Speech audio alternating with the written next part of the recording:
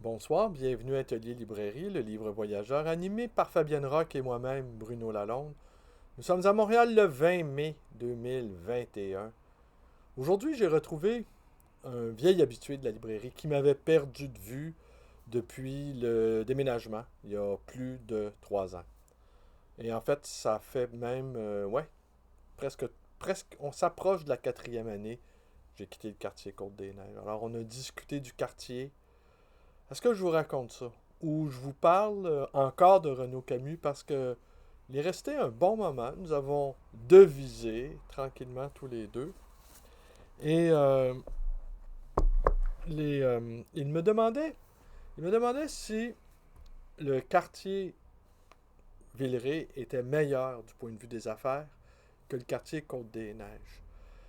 Ce à quoi je lui ai répondu que oui, que le quartier Côte-des-Neiges est resté un, forcément un quartier universitaire, mais paradoxalement, ce n'est plus un quartier étudiant.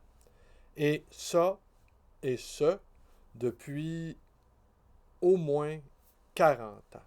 La plupart des commerçants de Côte-des-Neiges s'en plaignaient entre nous, parce que de toute façon, un petit commerçant qui se plaint, c'est pas intéressant à écouter. De toute façon, les plaintes de qui que ce soit, d'où qu'elles viennent, ne sont pas intéressantes. Mais à plus forte raison, un commerçant, on n'a pas envie d'écouter les doléances d'un commerçant qui se plaint de son loyer, de- du faible achalandage de son échoppe, des taxes et tout ça, et tout ça, et tout ça, et tout ça. Et donc, il était assez étonné d'entendre que ce quartier-ci, Villeray, était meilleur. Alors, je lui ai expliqué pourquoi Côte-des-Neiges n'était plus un quartier, un bon quartier pour une librairie. Eh bien, c'est pas compliqué. Il y a deux choses qui ont contribué à ce que ce quartier-là ne soit plus très intéressant.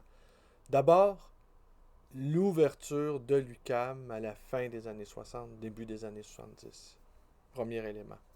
Il y avait une institution universitaire à Montréal pour les francophones, c'était l'Université de Montréal.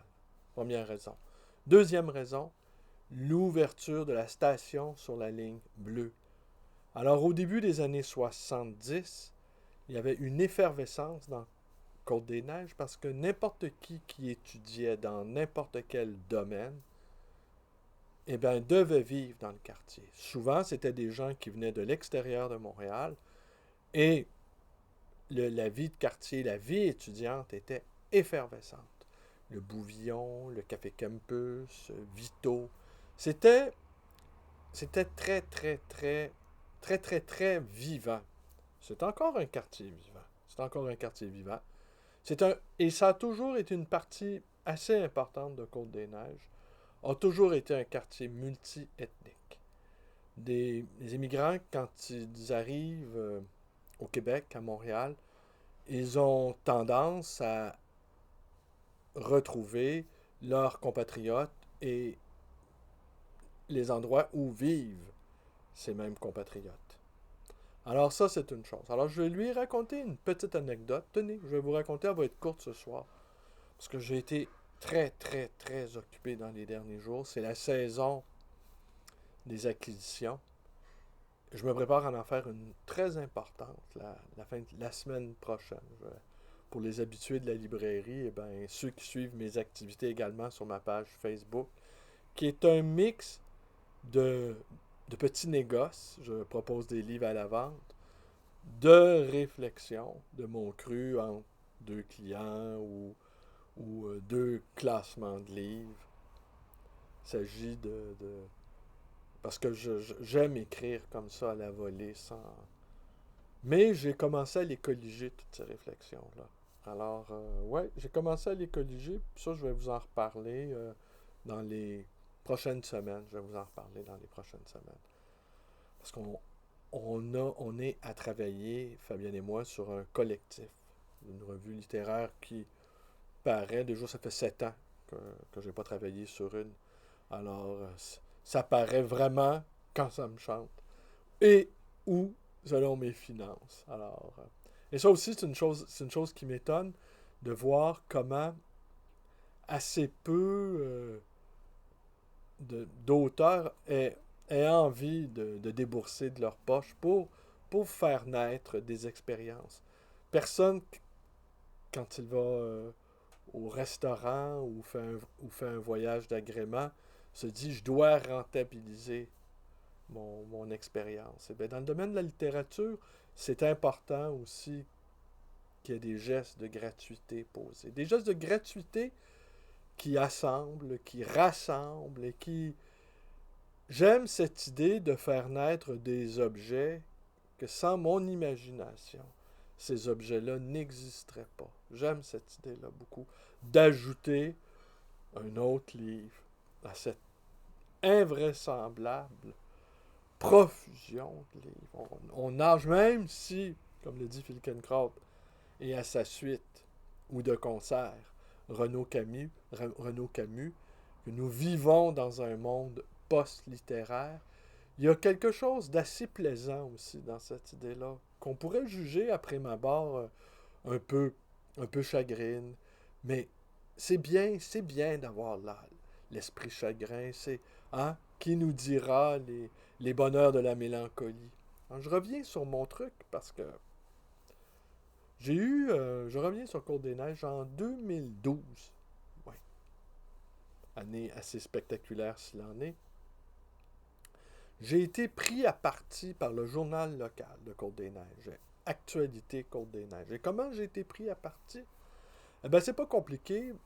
Ma librairie était sur une petite rue perpendiculaire à Côte des Neiges et j'avais le déplaisir d'avoir pour voisins des restaurateurs.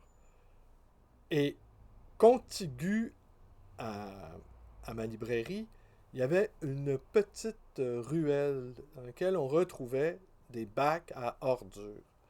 Alors, c'était assez déprimant comme spectacle parce que pour se rendre à ma boutique, eh bien souvent,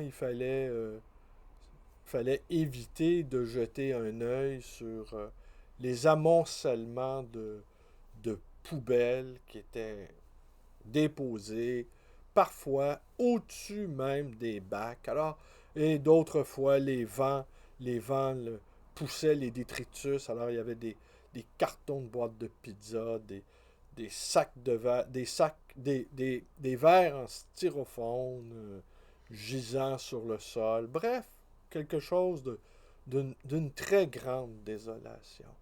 Je pensais, je passais mon temps à ramasser des trucs, et quand c'était trop grave, je téléphonais au propriétaire, leur dire de faire de quoi.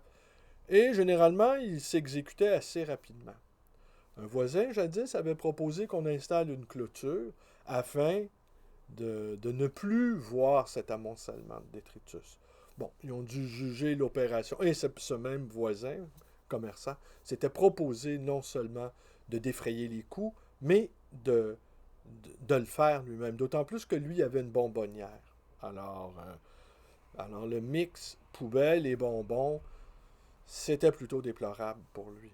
Alors, quelle n'a pas été ma surprise de me retrouver comme ça euh, dans le journal un article donc dans l'actualité Côte des Neiges où étaient pointés du doigt 4 ou 5 commerçants et 4 ou 5 commerçants et qu'on reconnaissait en fait par leur malpropreté. Alors on voyait la photo de la librairie et à côté les fameux bacs et d'autres commerçants aussi mal tenus, mais personnellement je ne produisais pas de déchets, vous voyez. Les livres en trop ou les livres impossibles à la vente, je n'aurais pas été les foutre dans les poubelles devant la librairie. Alors, je les faisais recycler, je les offrais à des organismes caritatifs. Dans ma vie, je ne compte pas le nombre de livres que j'ai dû remettre comme ça en circulation. Bon. Alors, et là, on ne m'a même pas interrogé. Alors, il y avait la photo de la librairie, il y avait mon nom. Euh, alors, fort mécontent, j'ai téléphoné à la direction de ce journal pour leur demander des explications. Je comprenais que certains restaurateurs ne, ne respectaient pas les règles de base d'hygiène, mais moi, qu'est-ce que je venais faire dans le dossier? Et c'est là que là j'ai compris quelque chose. J'ai compris deux, trois choses, je vous dirais. D'abord, il y avait eu la journaliste qui ne m'avait pas interrogé, mais qui avait quand même daigné répondre à quelques-unes de mes questions. Et après lui avoir fait part de mes propres doléances, m'avait expliqué ceci, que lors d'un conseil d'administration de l'arrondissement, d'un conseil d'administration, oui, de l'arrondissement, il y a une séance où le public est invité à exprimer des idées ou des plaintes, et que un résident se disant représentant se disant parlant au nombre des investisseurs immobiliers dans le quartier, avait, avait exprimé, outre sa colère et sa répulsion devant ce qui était de la saleté, des déchets, avait avancé l'idée qu'il fallait peut-être faire sécession. Alors, Côte-des-Neiges, pour grosso modo, il y a l'oratoire qui surplombe le quartier, l'oratoire qui est à flanc de montagne, et vous allez vers le nord, et il y a une cassure, hein? C'est la rue Lacombe. Et on change, on change de population. À partir de Lacombe, ça devient multiethnique, pauvre la plupart du temps, surpopuleux, avec des problèmes de logement, des problèmes assez graves. Et ce qu'on appelle toujours le Haut-Côte-des-Neiges, eh bien, ce consortium d'investisseurs immobiliers, ne pouvant pas faire à proprement parler sécession, avait proposé de rebaptiser la section privilégiée de Côte-des-Neiges le quartier de l'Oratoire. Vous me dites, mais qu'est-ce que je viens faire là-dedans? Ben voilà, c'est là où j'apparais, je dirais. Et le quartier de l'Oratoire, alors, ces investisseurs projetaient d'installer des poteaux avec des petites affiches nous indiquant que nous sommes bien dans dans le quartier de l'Oratoire. C'était en quelque sorte une sécession sémiologique, j'aurais envie de dire. Une sécession sémiologique, de mettre dans l'esprit d'éventuels acquéreurs de propriétés que ce n'est plus dans le Côte-des-Neiges que nous vivons, mais dans le désormais très chic quartier de l'Oratoire. Mais pourquoi cette journaliste et le directeur de ce journal, de ce canard, qui était sponsorisé par ces mêmes investisseurs immobiliers, pourquoi s'en était-il pris à moi? Ça tombait sous le sens, je ne produisais pas de déchets. Pourquoi? Ah ben c'est pas ben compliqué à comprendre. Voyez-vous, si vous êtes un intellectuel, ah oui, je vais venir avant mon histoire. Alors là, quand elle m'a raconté ça, puis elle a tenté aussi de manière assez, enfin, j'avais trouvé ça assez inconvenant. Elle avait tenté de me mettre dans le coup sans sentir à quel point j'étais plus que mécontent. J'étais furieux. Je suis resté calme, je suis resté poli. C'est très important de rester poli, de ne pas invectiver les gens. Mais au fur et à mesure qu'elle m'expliquait le projet de ses investisseurs, puis en se disant « Ah, je vais peut-être réussir à le mettre dans le coup », ben, ma colère grondait. Et puis à un moment donné, bon, sans hausser le ton, j'ai dit « Mais écoutez, je ne sais pas si elle a saisi toute l'ironie, mais pourquoi vous n'installez pas des checkpoints? Pourquoi vous n'installez pas des miradors? Pourquoi vous n'installez pas des barbelés autour de ce fameux quartier de l'Oratoire? Me semble que ce serait encore plus l'acte de séparation serait encore plus probant. Là, c'est ici qu'elle a commencé à trouver mon humour un peu déplacé. Pourquoi moi? Ben voilà. Vous voyez, parlant de déchets, hein? Quand on parle de la benne ordure apparaît. Ouais. Fait chaud, c'est une journée caniculaire à Montréal. Les mecs travaillent fort. Ben, écoutez, c'est que les intellectuels, on va dire que j'en suis un ce soir pour les besoins de la cause. Les intellectuels ne comprennent pas que les commerciaux, on va les appeler comme ça, hein, que les craignent terriblement. Vous allez me dire, voyons donc, un intellectuel, ça peut pas être craint. Ben, oui, ça l'est. Et puis, si on prend la... Ce livre, je vais vous donner 2 ou 3 exemples récents, là, survenus au Québec. Ou en France, avec la ZAD, là, avec l'aéroport à Notre-Dame-des-Landes. C'est qu'un intellectuel qui est impliqué dans son milieu, qui est impliqué dans sa collectivité, qui est doté d'une parole, d'une réputation, peut fédérer autour de lui des gens qui pourront peut-être... Regardez, j'ai un public assez attentif, je leur fais des tatas. Je fais fuir mon public. Donc, regardez, il est petite... ouais, bon. Alors, c'est qu'un intellectuel impliqué dans son milieu peut fédérer des gens, peut, par la force de son verbe, de son enthousiasme, de son énergie, créer des comités, bloquer des projets. Le Suroît, il y a quelques années, le gaz de schiste, eh bien, c'était toujours des intellectuels dans les villages, des villes de moyenne importance, qui réussissaient à mobiliser une partie importante des citoyens, faisant de telle sorte que les promoteurs, eh ben, les affairistes, ou voire même parfois certains hommes d'affaires peu scrupuleux, eh ben, se voyaient confrontés à de la résistance et à de l'opposition.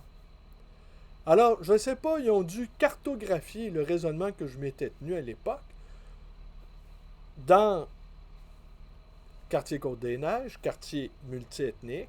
Beaucoup de commerçants parlent le français, oui, un peu. Beaucoup parlent l'anglais aussi, un peu.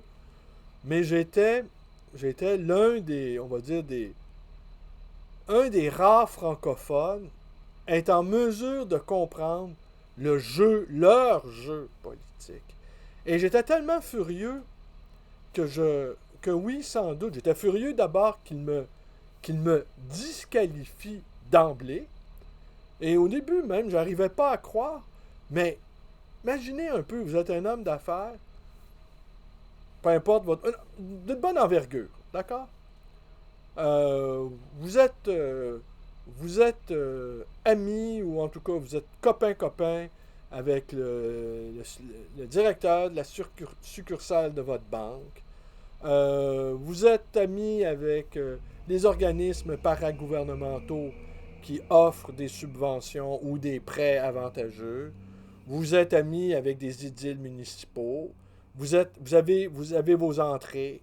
Vous-même, vous sponsorisez un journal de quartier. Et vous avez un projet. Mais qui peut s'opposer à votre projet? La plupart des gens en auront rien à foutre, sauf certaines personnes. Et c'est là où le politique entre en jeu. Et qui peut porter la parole politique? C'est les intellectuels. Alors, les intellectuels qui sont beaucoup, les intellectuels engagés, dirons-nous, ils sont souvent dans les grandes structures, dans les grandes conceptions. Mais la politique, ça commence quand on veut installer, un pylône électrique sur ton terrain. Quand on veut on veut détourner une rivière qui est à l'orée du village. Quand on veut faire de l'extraction de certains minéraux qui peuvent endommager irrémédiablement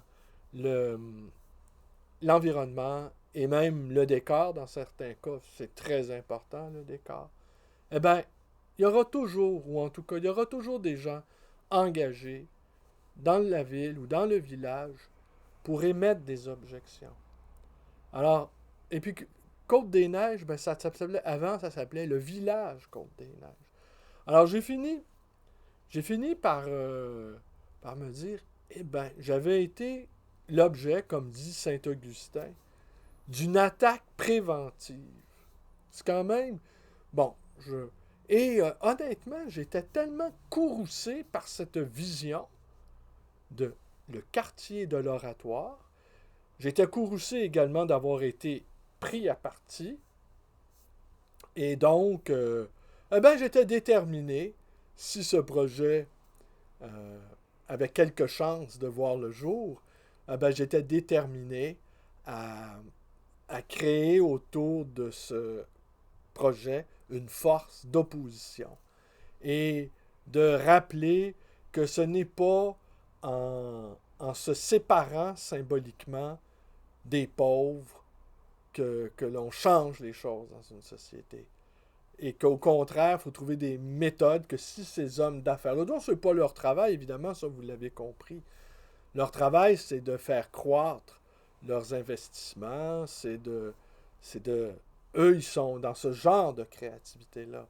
Et tout en souhaitant aussi que le gouvernement n'en fasse pas trop, parce que c'est pas bon non plus pour l'assiette fiscale. Alors vous voyez, d'un côté, ils n'ont aucune envie, la plupart du temps, de s'impliquer pour qu'il y ait moins d'inégalités, et de l'autre, ils ne souhaitent pas non plus que le gouvernement en fasse trop. Alors, et ils ne souhaitent pas non plus de voir des citoyens engagés politiquement sur le terrain. Alors, j'aurais encore, pour finir avec cette vision-là des intellectuels engagés, eh bien, que les intellectuels engagés trouvent des projets, je dirais pas facilement atteignables, mais qui vont faire assez consensus. Un, par exemple, qui est plutôt simple, ben, la gratuité des transports en commun. N'est-ce pas?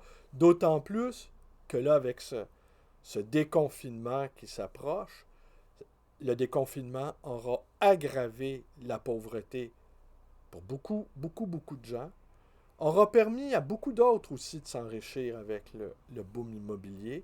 Une partie importante de gens qu'on dit hyper essentiels au bon fonctionnement de l'économie, que ce soit les travailleurs précaires dans les hôpitaux, dans les restaurations, dans les services. Eh bien, si on veut que ces gens-là, parce que le coût des loyers, le coût de la vie, bon, certains jugent que c'est l'inflation dans laquelle, plusieurs jugent, pardon, que l'inflation que nous vivons en ce moment ne durera pas. Ça, c'est à voir quand même. Les centaines de milliards, l'argent cherche toujours son chemin. Alors, l'argent, il existe. Bon, c'est des jeux d'écriture, forcément, mais ça a une réalité tangible sur l'ensemble de l'économie. Alors, toute une catégorie de gens vont devoir quand même aller, travailler. Et si on veut que les inégalités ne soient pas, elles le sont déjà monstrueuses, mais si on ne souhaite pas qu'elles s'aggravent à un point où on pourrait atteindre même un point de rupture, hein. Moi, je suis pas le seul à croire ça. Ce déconfinement pourrait s'avérer infiniment plus compliqué qu'on le pense. Et ce qui a été mis sous le couvercle, entre autres, le couvre-feu, eh bien, pourrait nous réserver de très fâcheuses surprises. Voilà. Je ne m'attendais pas à vous raconter cette petite histoire. Oui, c'est parce que nous avons ce client retrouvé, qui est un écrivain aussi, qui est un écrivain qui a publié quelques essais, un bon essayiste. J'aurais envie de dire un écrivain de race. Bon, sûrement pas un écrivain racisé, mais un écrivain de race. Est-ce que ça se dit encore, ça? Un écrivain de race dans un monde post-littéraire comme le nôtre? J'aime bien ça. J'aime bien ça. On dit bien des chats de race, des chevaux de race. On peut bien dire des écrivains de race, non? Tant qu'à être une espèce précieuse et rare. Qu'est-ce qu'il dit Renaud Camus? Est-ce que je vous sors? Ouais, peut-être une petite citation.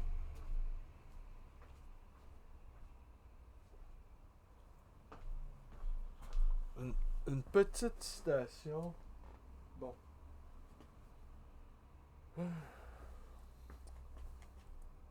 Restez là.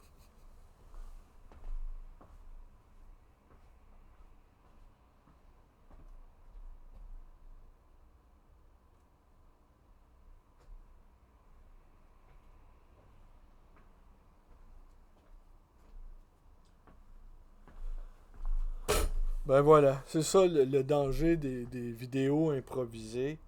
Je ne retrouve plus le livre de Camus. Ben voilà, en fait, il disait grosso... Il est là, sous les yeux. Ah, sous les yeux.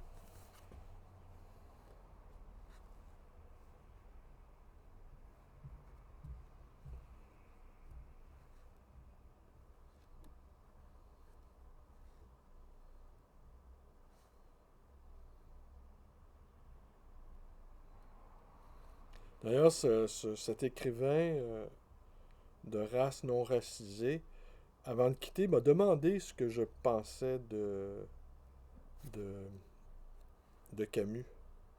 Et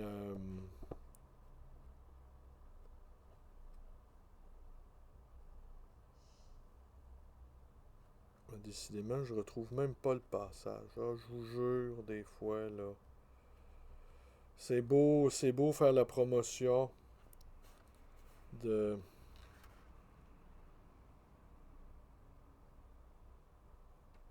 Ben voilà.